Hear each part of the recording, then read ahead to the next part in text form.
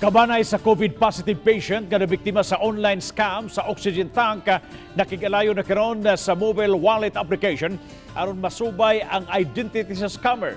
Si Luan Mirondina sa report.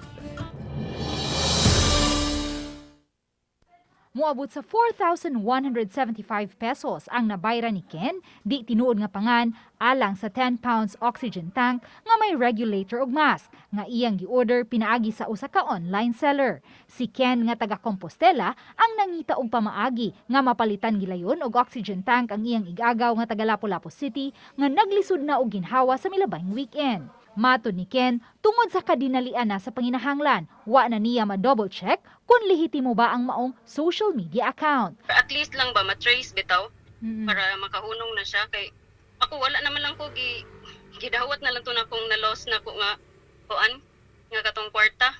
Apan ang tagduma sa mobile wallet app nang inahanglan og kopya sa police report aron masiguro nga lehitimo ang reklamo.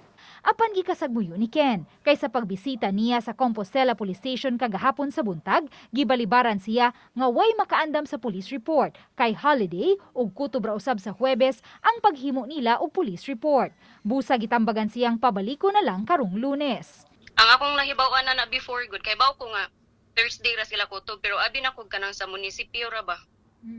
Nya apil di ay ang sa kanang kuan ang kining mubuhat aning police report. Gikasagmuyo ni Ken ang hitabo, ilabi na kay 15 kaadlaw lang gikan sa insidente ang gitugot sa tagduma sa mobile wallet app nga masumiter ang police report.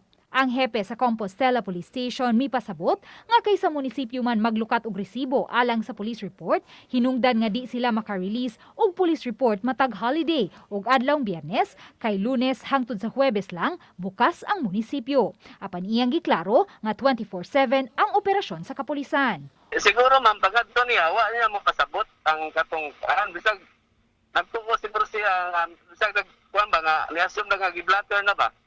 Murag na miscommunication na ma'am. Sige lang akong i-follow up ma'am kung kinsa siya nga personnel. Uban ni Philip Patricio ug Rod Prado, Luan Mirondina, Balitang Bisdak.